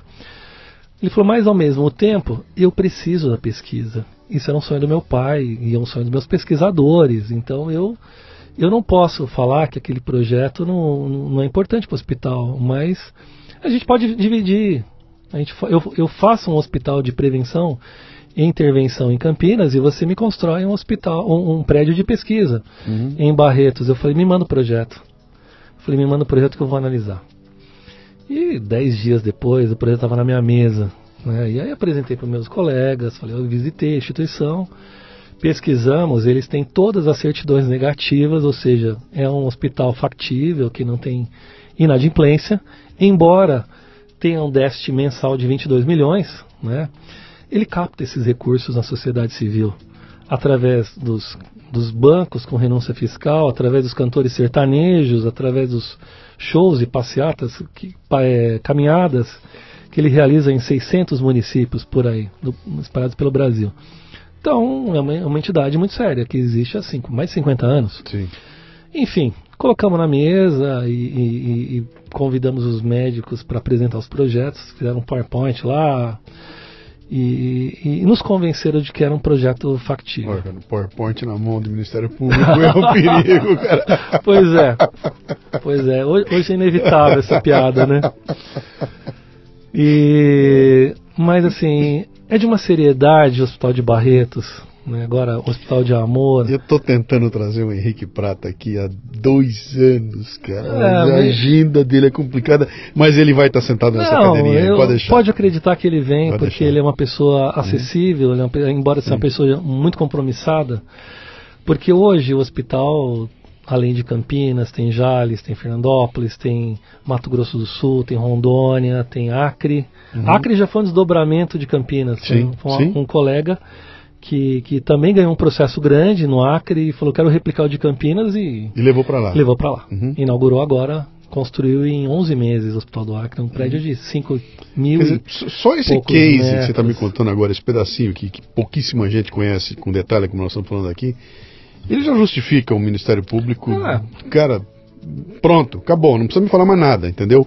Que você tem um desastre que custa vidas, que destrói a vida de pessoas, e você faz com que aquilo se transforme em algo que reconstrói, que salva vidas em um outro lugar do Brasil, e que você acaba espalhando essa semente. E no meio disso tem um órgão que intervém e que faz esse pega lá e traz para cá, né? Esse é um insight interessante. Outro insight que para mim é fundamental é você com o chapéu de promotor público, sentado na frente de um outro que tem um chapéu de administrador hospitalar. De cowboy, né? Chapéu de cowboy, né? E que é um administrador tocando um baita de um projeto gigantesco que não vive sem dinheiro, precisa de dinheiro e tem que ter o dinheiro. Quer dizer, essas coisas têm que funcionar. Você representa o Estado, ele representa o empreendimento privado ali, e aparece Deus no meio. Entendeu?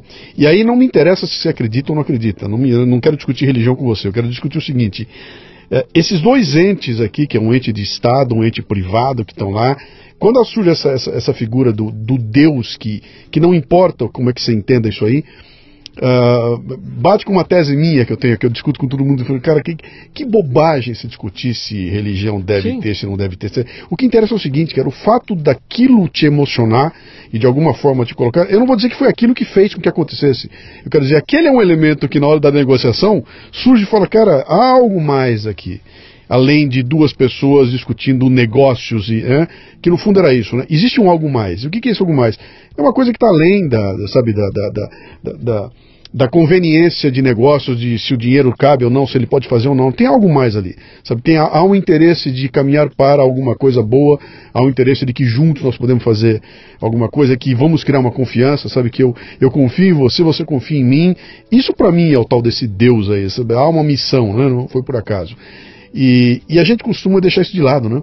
Cara, senta pra negociação, não tira fora, hein, cara? Sim. Tira Deus da jogada, tira essa coisa toda e isso pra mim é muito interessante e é recorrente nas conversas que eu tenho aqui, sabe? É recorrente. E não importa se a pessoa que está sentada na minha frente é um ateu praticante ou é um bandista, sempre no meio da conversa surge aquele algo mais que tem um impacto, cara. Na hora da decisão, da emoção, né? Aquilo causa um impacto a ponto de você me contar aqui agora, né? O mais engraçado é que o Henrique não lembra que ele falou isso pra mim. E hoje, 4 anos depois, eu falo pra você que hoje eu tenho certeza absoluta que Deus tem uma missão pra mim, pra ele. Não tinha, tem. Sim.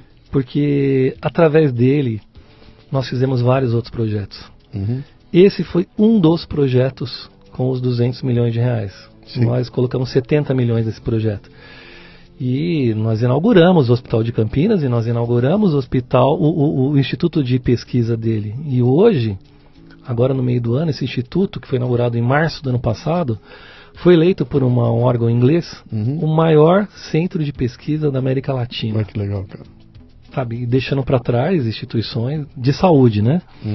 Deixando para trás Oswaldo Cruz, o Albert Einstein, a USP, Unicamp, todo mundo, sabe? E isso, claro que ele já existia, uma linha de pesquisa, lá no hospital você tem mestrado, doutorado, você tem pós-doc, tem um monte de coisa dentro do hospital. Mas a construção do hospital, do prédio foi fundamental. Né? Em Campinas, por exemplo, nós tínhamos uma fila de mamografia de quase 2 anos. Hoje não existe fila para fazer mamografia ou Papa Nicolau em Campinas. Sabe, você chega no hospital e fala, eu quero fazer exame hoje, se não tiver hoje, amanhã. Sabe, então transformou Campinas, por exemplo. Essa é a hora que você tem que... Se você pudesse chegar e falar assim, pai, você não queria um engenheiro para fazer um prédio? Olha o que eu ajudei a fazer, não é isso? Então, mas eu acho que o maior mérito do Henrique não foi nem esse projeto que eu fiz com ele, foi me trazer um outro projeto. Ele me apresentou uma pessoa que ele conhecia há mais de 10 anos, chamado Frei Francisco.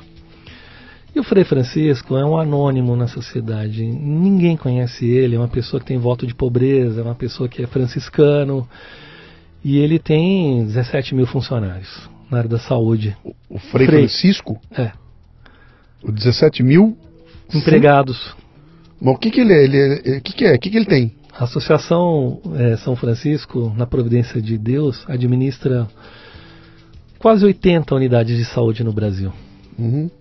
Então, por exemplo, o Hospital de Presidente Prudente, o Hospital João Paulo II em Rio Preto, o Hospital São Francisco de Assis, que é centenário lá no Rio de Janeiro. Tem 80 unidades de saúde e ele é o fundador e ele começou tudo. E o Henrique me trouxe o Frei Francisco, falando assim, você precisa conhecê-lo.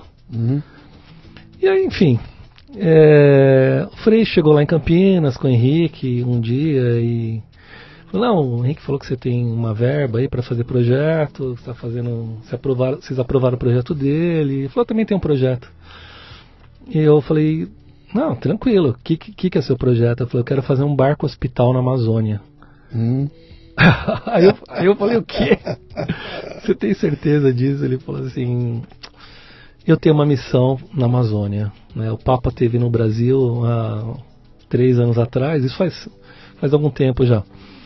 E ele visitou um dos nossos hospitais lá no Rio de Janeiro e todo mundo falou, não, o Frei tem um monte de...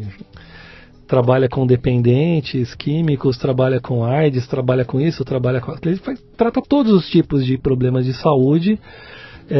Tem um lugar que ele abriga pessoas com deficiência mental, que ele é tutor e tudo. E fizeram aquela baita propaganda para o Papa Francisco. O Papa vira para mim e fala assim, o que você tem na Amazônia? Ele falou, não tem nada. Aí o Papa dá um tapinha nele assim, então você precisa ir. Né? E tudo isso começou nessa conversa. O Papa foi embora e o Frei pegou um avião e falou assim, eu tenho uma missão agora, eu preciso começar a trabalhar na Amazônia. E aí ele pegou uma Santa Casa numa cidade lá do Pará, que estava, como boa parte das Santas Casas do Brasil, com problemas financeiros. Vocês querem passar para mim essa Santa Casa para eu administrar? E ele pegou essa Santa Casa, depois ele descobriu um hospital fechado que uma multinacional lá fez e deu como contrapartida para uma prefeitura, e o prefeito não abriu. E ele foi lá pedir esse hospital, falou assim, dá esse hospital para mim, eu toco esse hospital. E aí ele pegou esses 2 hospitais, lá perto do Rio Amazonas, no Pará, e aí ele passou a entender o que é a Amazônia, Sim. o que é as comunidades ribeirinhas e indígenas. E aí ele falou assim, mas não dá para fazer nada com 2 hospitais. Porque as pessoas andam de barco 12 horas para ir para Belém, 24 para ir em Manaus, eu preciso de um barco. Eu tenho que levar o hospital para eles. E aí ele coloca esse barco na minha mesa. E aí eu falei, poxa vida, a gente tinha prometido que ia fazer as coisas na região de Campinas, né? E agora? E agora? Enfim, e aí começou uma nova saga também de análise, de projeto, de conversa, de debate, de convencimento do grupo. Eu não sei se você pode dizer, qual é o tamanho de um investimento num projeto desse? O de Barretos foram 69 milhões de reais no prédio de Campinas com 5 unidades móveis. Essas 5 unidades móveis é uma carreta de educação, 2 carretas com mamógrafo e sala de coleta de Papa Nicolau, uma carreta com uma ressonância magnética, que é a única do Brasil, que coisa. E uma carreta com um tomógrafo, que também é o único do Brasil. Então nós fizemos na região de Campinas um prédio de prevenção e intervenção e 5 unidades móveis. Em Barretos nós fizemos o prédio da pesquisa. Esse foi um investimento de 69 milhões. Ok. Com o Henrique. Com o Frei, o barco, os equipamentos e 1 ano e meio de custeio deu 23 milhões de reais. Cara, é muito pouco, bicho. Esse barco está em construção no estaleiro lá de Fortaleza. Ele deve ser inaugurado agora no primeiro semestre, lá em Belém, né? E aí com promessa ter uma madrinha do barco, é a Fafá de Belém, né? Ela já participou de um evento foi start lá das comemorações lá na cidade do Frei, que é lá em Jaci, próximo de Mirassol, Rio Preto, né? E agora esse ano nós visitamos o barco, eu e o Frei, né? Nós fomos no estaleiro lá em Fortaleza e ele se emocionou muito. E eu sei que depois dos 30 e poucos anos de ordem franciscana, ele é padre, né? E também franciscano, eu acho que esse vai ser o projeto da vida dele. E eu acho que do meu também. Que legal. Eu acho que também vai ser o projeto da minha vida, porque eu acho que nós nunca vamos fazer uma coisa tão grandiosa, porque nós vamos atender, nós mapeamos a região, nós vamos atender mais de 700 mil pessoas. E são 700 mil pessoas... Que não tem escolha. Não é 700 mil pessoas na periferia de São Paulo? Sim. Que por pior que seja, tem alguma escolha. Se eu não conseguir ir ali, eu vou aqui, se eu não der, eu vou ali. Lá não há escolha, esse pessoal não tem o que fazer. A metade dessas pessoas estão abaixo da linha da pobreza. E estão margeadas no Rio Amazonas. Então, se a gente não tiver um barco, e nesse barco que nós estamos construindo, nós vamos ter um centro cirúrgico dentro, nós vamos ter um consultório odontológico, nós vamos ter um mamógrafo dentro do barco, nós vamos ter esteira para fazer teste ergométrico, nós vamos ter um hospital flutuante. Palavras do secretário de saúde do Pará. O que vai ter nesse barco, nós não temos em 90% dos hospitais do Pará. Então esse barco vai ser um hospital de verdade. Né? Então, e hoje, assim, o que a gente mais gratificante são os médicos da Unicamp me procurarem e falar assim, eu quero participar desse barco. Os médicos lá do Hospital de Barretos, do hospital e da Universidade de Medicina de Barretos, falam assim, eu quero participar desse projeto. Um monte de gente, os médicos da Associação São Francisco, que são dos vários hospitais, eu quero participar desse projeto. Então, tem muita gente querendo participar desse projeto, porque é um projeto humanitário. Não é um projeto de saúde, é um projeto de humanidade, porque nós vamos levar dignidade, não só saúde. Né? Nós vamos ter que distribuir alimentos, distribuir remédios, sabe? E para isso já tem até laboratórios farmacêuticos, falando assim, eu quero ajudar. Eu acho que vai ser assim um momento de solidariedade ímpar no Brasil. Né? E recentemente o Frei foi ao Vaticano, agora em outubro, levou uma réplica do barco pro Papa. Falou assim, eu vim prestar contas para você. Lembra que você falou que eu tinha que ir para a Amazônia? Sim. Eu já tô lá com 2 hospitais, agora eu vou com um barco. E o barco vai ter o seu nome. Que legal. O nome do barco é Papa Francisco. Que legal, cara. E convidou o Papa para visitar e na inauguração, talvez não seja possível por questões burocráticas. Mas se ele puder voltar no Brasil, tem essa promessa de visitar o barco. Que coisa impressionante. Então, e fiz mais coisas. Nossa, quando eu digo eu falo o nome dos meus amigos também, porque eu não fiz nada sozinho, né? Sempre os colegas participaram e tudo. Eu acho que eu me envolvi emocionalmente demais, porque assim, eu sempre recebi as pessoas, eu visitei, eu sempre dei entrevistas, eu fui muito ativo nisso, mas assim, não mais importante do que nenhum dos meus colegas, né? Então eu acho que isso aí foi um trabalho, como tem que ser, um trabalho coletivo, né? Sim, e com consequências impensáveis. Mas, cara, agora, só te contar mais uma. Fala, não acaba isso, que legal, cara. Vai lá. Então, essa é a delícia do Leadercast, cara, sabe? Como eu te falei, quando nós entramos aqui, eu falei pra ele, cara, não tem roteiro, o papo vai fluir e as histórias vão aparecendo conforme pintar. E surgem surpresas. Eu não tinha a menor ideia dessa história do hospital e muito menos do barco do Frei. Quando eu reafirmo que eu acredito na missão que o Henrique profetizou há 4 anos atrás, né? Então nós fizemos um projeto com eles, fizemos um projeto com o Frei. Depois me aparece uma pessoa lá de Piracicaba querendo fazer um projeto comigo também. E aí a gente foi verificar, era um projeto de prevenção de câncer de mama de 10 anos, mas é uma instituição que não tinha assim, não tem recursos, não tem nada, mas tinha um trabalho maravilhoso. E aí ela era uma pessoa que veio através do Henrique também. E aí nosso grupo falou assim, nós não temos condição de colocar 30 milhões na conta do Ilumina, que é a instituição que está fazendo esse trabalho social há 10 anos. Mas se o Henrique entrar junto, nós vamos. E aí o Henrique foi convidado e ele topou. Então nós estamos construindo um outro hospital em Piracicaba, igual em Campinas. Uhum. E já estamos com uma carreta lá, fomos fazer uma mamografia. E Papa Nicolau. Sim. E através dessa pessoa de Piracicaba, me vem um médico da Unicamp e fala assim, eu também quero fazer um projeto na Unicamp. Eu falei, manda o projeto. E nós aprovamos mais um projeto, que é a construção de um prédio de otorrinolaringologia, cabeça e pescoço na Unicamp.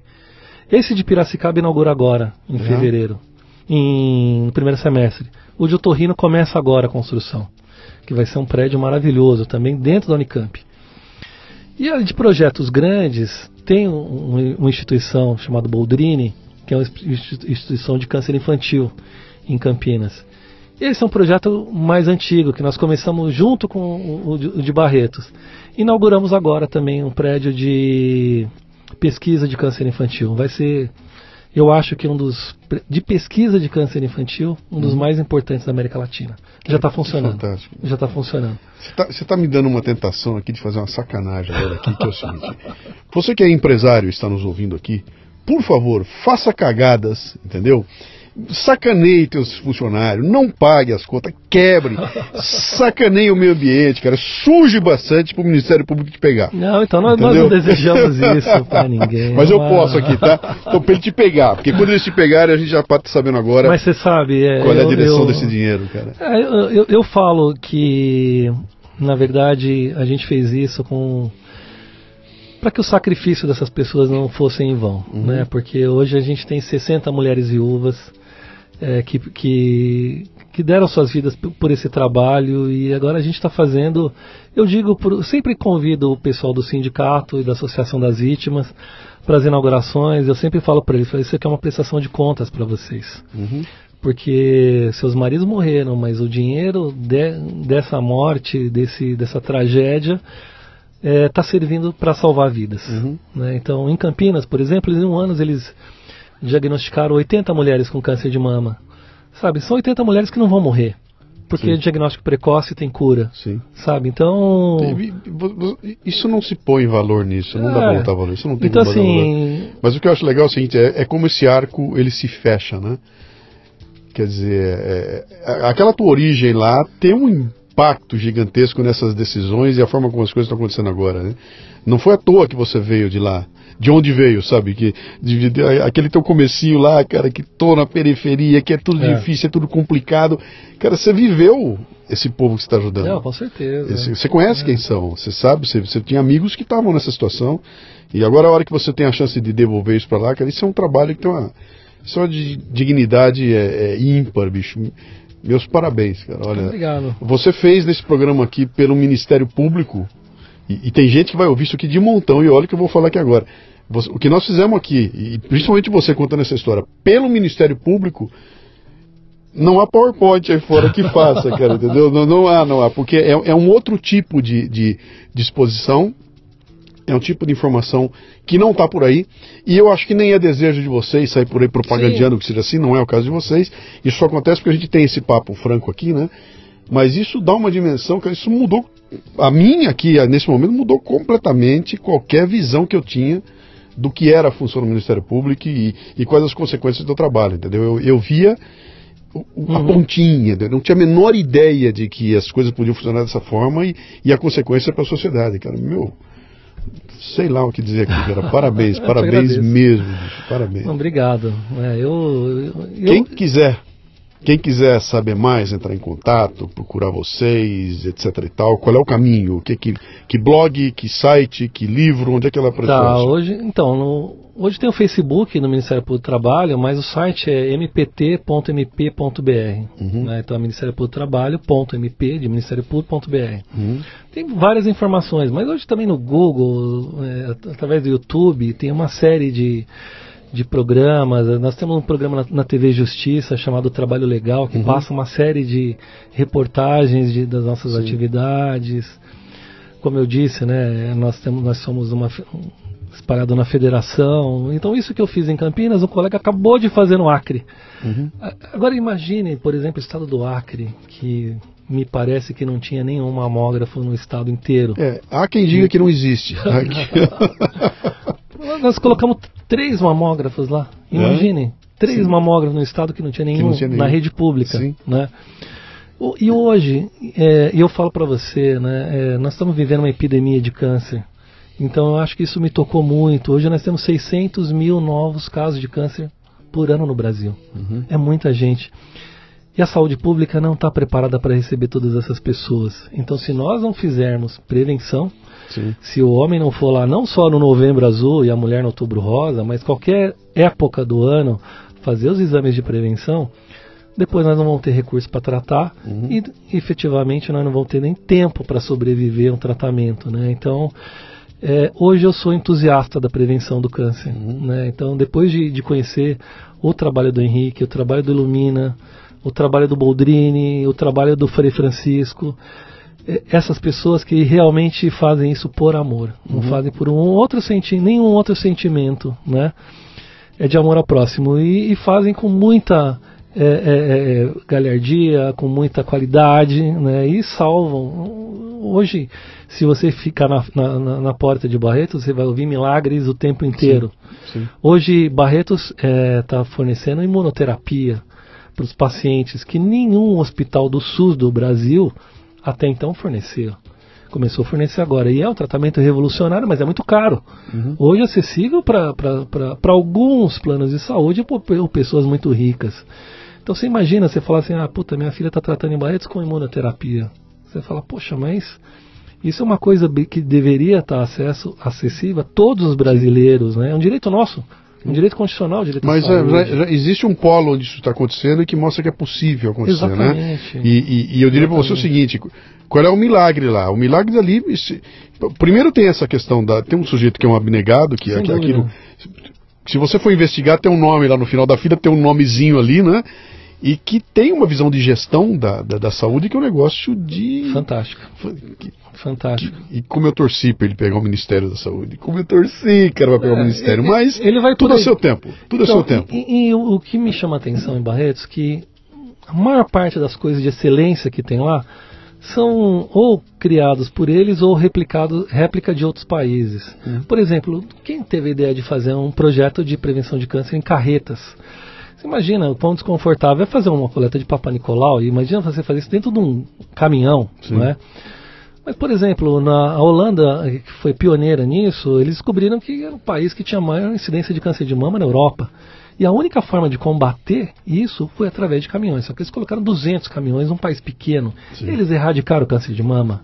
Sabe? Então, hoje, a mulher morre de câncer de mama no Brasil porque nós não fazemos prevenção. Se o Brasil espalhasse centenas ou milhares de carretas fazendo mamografia no Brasil, a gente ia acabar com mortes ou câncer avançado. Cara, e o que custa uma carreta dessa? Se você me está dizendo que o Hospital do Barco custa 23 milhões, uma carreta dessa custa o quê? 1 milhão? 2 milhões e pouco. 1 milhão é só o mamógrafo, né? Cara, 2 milhões e pouco. Isso está ao alcance de centenas de empresas no Brasil. Tem uma outra conta. Você cura uma mulher num câncer em estágio inicial com uma biópsia. Ela retira a célula tumoral e muitas vezes ela não vai precisar fazer radioterapia, quimioterapia. Se essa mulher não faz esse exame, não faz essa punção, no futuro ela vai ter que fazer uma mastectomia ou perder a vida. E quanto custa para fazer uma cirurgia, para fazer uma quimioterapia? Sabe? Quanto custa um dia de UTI? Sabe? Então é infinitamente mais caro o tratamento do que a prevenção. Então esse deveria ser um foco desse novo governo, desse novo ministro, né? Eu sei que hoje falta tudo no SUS. Sim. Tudo no SUS. Mas nós precisamos eleger algumas prioridades. Isso mata. Então isso é importante. Sim. Não é? Muito legal. Meu amigo, muito obrigado por essa visita, por essa conversa fenomenal, cara. Muito legal. Realmente às vezes eu fico orgulhoso dos convidados que eu trago aqui. Muito você obrigado. É um deles, bicho. Muito obrigado Obrigado por me ouvir aí. Espero que você tenha curtido o papo aqui. Não, muito. Não, e se você gostou, me ajude a trazer o Henrique, me ajude a trazer o Frei, cara. Deixa eu botar o Frei aí. Essas pessoas que estão fazendo acontecer, esse é o espírito do programa aqui, né? É um programa que nasceu para falar de empreendedorismo e liderança, mas eu quero conversar com gente que faz acontecer. Então, não me interessa se é pobre, rico, não tô nem aí. Eu quero saber o seguinte, você está agitando, está fazendo acontecer e está impactando a vida das pessoas, vem conversar comigo, me ajuda a trazer essas Claro, pode. Eles são aquele jargão, a gente que faz. Sim. O Henrique Prata, o Frei Francisco, ótimo. A doutora Silvia lá do Boldrini, a Adriana do Ilumina. São pessoas que a sociedade, tirando o Henrique, né, que Sim. hoje teve essa corrente aí de colocar ele como ministro, mas pessoas que o Brasil não conhece, mas precisa conhecer. Sem dúvida. E deve ter mais como eles por aí que tem que ser. Deve ter milhares. Então, você que está nos ouvindo, que está desesperado, que está ouvindo abobrinha de montão, que está discutindo aí se Jesus subiu na goiabeira, se é azul ou se é rosa, está discutindo esse monte de bobajada, se o Faustão xingou o presidente ou não, cara, para com essas bobagens todas e preste atenção em coisa que interessa, sabe? Vamos discutir gente que está fazendo acontecer, opiniões que tem a ver e gente que tem uma visão que pode ajudar realmente a melhorar esse país aqui e não perder tempo com essa bobajada toda. E eu estou dizendo o seguinte aqui, cara, cuida do teu tempo de vida, sabe? Entregue o teu tempo de vida para as coisas que valem a pena. Você ouviu uma conversa aqui que mostra que tem gente que está fazendo isso e está causando um impacto gigantesco nesse país aqui, né? Muito obrigado mais uma vez. Espero ter a chance de te encontrar novamente aqui. Um grande abraço. Um grande abraço, obrigado. Muito bem, termina aqui mais um Leadercast. A transcrição deste programa você encontra no leadercast.com.br. O Leadercast mantém parceria com a WeWork, um ambiente fantástico com espaços de trabalho privados ou compartilhados que ajudam a criar um mundo onde você pode ter uma vida e não apenas um trabalho.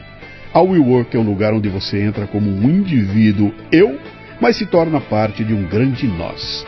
WeWorkBR.com.